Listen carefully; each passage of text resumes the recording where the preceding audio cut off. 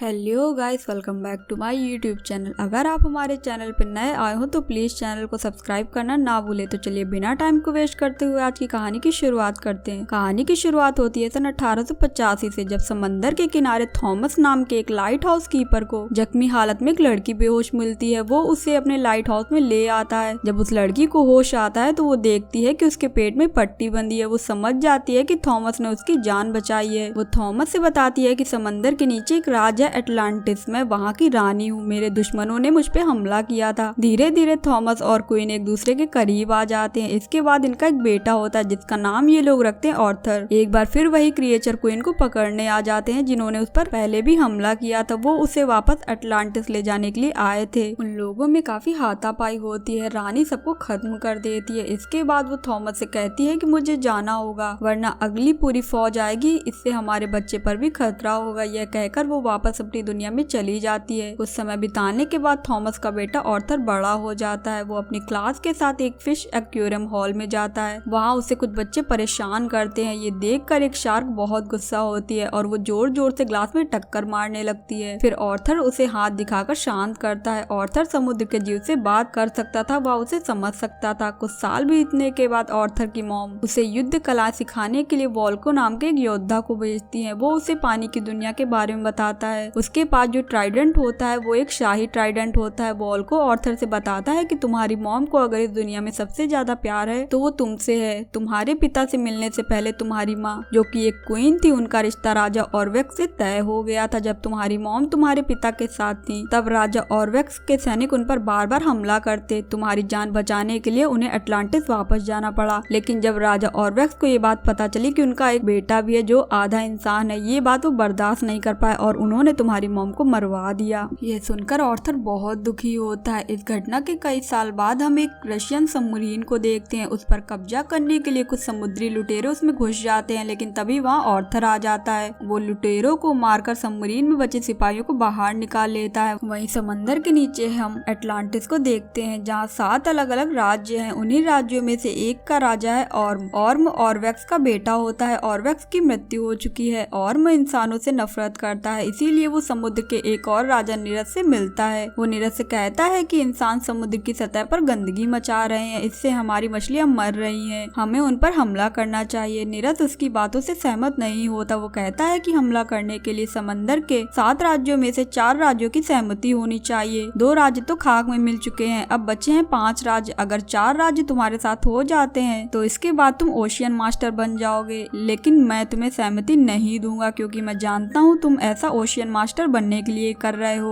और जिस गद्दी पर तुम बैठे हो उसका एक और दावेदार है जिसका नाम है एक्वामैन। जब ये बात कर ही रहे होते हैं तब इंसानों की एक सबमरीन इन पर हमला कर देती है और मैं अपने ट्राइडेंट से पूरी सबमरीन को चीर देता है। राजा नीरज समझ जाता है कि इंसान उसके दुश्मन है। वो ऑर्म से हाथ मिला लेता है। ऑर्म के कुछ लोग डेविड के पास जाते हैं जिसके पिता की मौत एक्वामैन की वजह से हुई थी। उसी रात हम देखते हैं कि समंदर में बहुत बड़ा तूफान आता है जिससे आसपास की हर चीज तबाह हो जाती है। इसी तूफान में आर्थर, जो अपने पिता के साथ गाड़ी में कहीं जा रहा होता है, समंदर की लहरें उनकी गाड़ी को भी पानी में खींच लेती हैं। आर्थर अपने पिता को नहीं बचा पाता, पर तभी वहाँ पर मैरा नाम की एक लड़की आती है जो आर्थर यानी एक्वामैन को बचा लेती है। वो एक्वामैन से कहती है कि हमें तुम्हारी जरूरत है, तुम एटलांटिस राज्य के वारिस हो। मैरा नीरज की बेटी होती है। हालांकि एक्वामैन एटलांटिस नहीं जाना चाहता क्योंकि वहीं के राजा ने उसकी मॉम को मरवाया था। मैरा के कहने पे वह वहाँ जाने के लिए तैयार हो जाता है। वहाँ जाने पर उसकी मुलाकात वॉल्को से होती है। वॉल्को उससे कहता है कि तुम्हारे सौतेले भाई ऑर्म ने अपने साथ राजा नीरज को मिला लिया है और ये दोनों मिलकर 2 और किंगडम को अपने साथ मिलाने के लिए जा रहे हैं। अगर ऐसा हो गया तो इस दुनिया को तबाही से कोई नहीं बचा सकता है। वो एक्वामैन को एक ट्राइडेंट दिखाता है और कहता है कि यह ट्राइडेंट एटलांटिस के पहले राजा का है। इसके अंदर इतनी शक्ति थी कि ये समुद्र को अपने इशारे पर नचा सकता था। ये तब की बात है जब एटलांटिस पानी के ऊपर था। राजा के एक्सपेरिमेंट की वजह से एक भूचाल आया और पूरा एटलांटिस पानी में समा गया। धीरे धीरे हमने पानी में सांस लेना सीख लिया। पछतावे में आकर राजा ने गुमनामी की जिंदगी को धारण कर लिया। उसके बाद से ना ही राजा ना ही उनके ट्राइडेंट को किसी ने देखा। जिसके पास वो ट्राइडेंट होगा उसका पूरे समंदर में राज होगा। मैं चाहता हूँ कि तुम ट्राइडेंट को ढूंढो और एटलांटिस के नए राजा बन जाओ। वो एक्वामैन को धातु की एक चीज दिखाता है। ये उस वक्त की है जब एटलांटिस पानी के ऊपर था। हमें यकीन है ये राजा का है। है और राजा ने इसके अंदर कोई ना कोई संदेश रखा है। इसमें हम डिजिटल किंगडम की निशानियां देख सकते हैं। मुझे यकीन है तुम पहले राजा के मकबरे तक पहुंच जाओगे। एक्वामैन वहां से जाता इससे पहले उसका सौतेला भाई और उसके सिपाही उस पर हमला करके उसे बंदी बना लेते हैं और ऑर्म के पास ले जाते हैं। एक्वामैन ऑर्म को लड़ने की चुनौती देता है। इसके बाद एक्वामैन और ऑर्म के बीच में जबरदस्त फाइट होती है। ऑर्म एक्वामैन के ट्राइडेंट को तोड़ देता है। ऑर्म एक्वामैन को मारने ही वाला होता है तभी मैरा उस पर हमला कर देती है जिससे वो दूर जाकर गिरता है। मैरा यहाँ से एक्वामैन को लेकर निकल जाती है। इसके बाद ये दोनों सहारा डेजर्ट पहुंच जाते हैं। ये वो जगह थी जहाँ ट्राइडेंट बनाया गया था। ये उस मशीन के ऊपर जहाँ पर ट्राइडेंट बनाया गया था उस पर वॉल्को की दी हुई धातु रखते हैं लेकिन कुछ नहीं होता। तभी मैरा एक्वामैन के पसीने की कुछ बूंदे धातु के ऊपर डालती है जिससे मशीन एक्टिवेट हो जाती है और पहले राजा की एक होलोग्राफिक इमेज सामने आती है। वो बताते हैं कि ये ट्राइडेंट बहुत शक्तिशाली है। गलत हाथों के लगने पर ये दुनिया को तबाह कर देगा। अगर ये सही हाथों में लगा तो जो इसका वारिस है उसे खुद को प्रूव करना होगा और उसे दुनिया के आखिरी छोर तक जाना होगा। अब मशीन के अंदर से एक बॉटल निकलती है। उसमें एक मैप होता है। मैप के अकॉर्डिंग इन्हें इटली के सिसिली शहर में जाना है। ये वहाँ पहुँच जाते हैं। वहाँ पहुँचकर इन्हें उस जगह का पता चल जाता है जहाँ ट्राइडेंट है। दूसरी तरफ हम डेविड को देखते हैं। उसके पास ऑर्म के सिपाही आते हैं। वो उसे एक खास सूट देते हैं। डेविड इस सूट को और हाईटेक कर देता है। उसमें वो बहुत सारी मिसाइल और हथियार लगा देता है। वहीं हम एक्वामैन और मैरा को देखते हैं जो उस तरफ जा रहे होते हैं जहाँ ट्राइडेंट है। तभी डेविड उन पर हमला कर देता है। डेविड के हथियार बहुत खतरनाक होते हैं लेकिन एक्वामैन अपने तेज दिमाग और शक्ति से डेविड के ऊपर हमला करके उसे पहाड़ी से नीचे गिरा देता है। मैरा और एक्वामैन नाव से आगे बढ़ते हैं लेकिन कुछ समय बाद कुछ क्रिएचर उन पर हमला कर देते हैं। ये पूरी जगह अंधकार रहती है। यहाँ के क्रिएचर रोशनी से दूर भागते हैं। एक्वामैन और मैरा रोशनी करके पानी के अंदर कूद जाते हैं। क्रिएचर भी उनका पीछा करते हैं। तभी इन्हें एक पोर्टल दिखता है। पोर्टल के अंदर जाने पर ये एक नई जगह पहुंच जाते हैं। दरअसल ये लॉस्ट किंगडम होता है जो हजारों साल पहले खो गया था।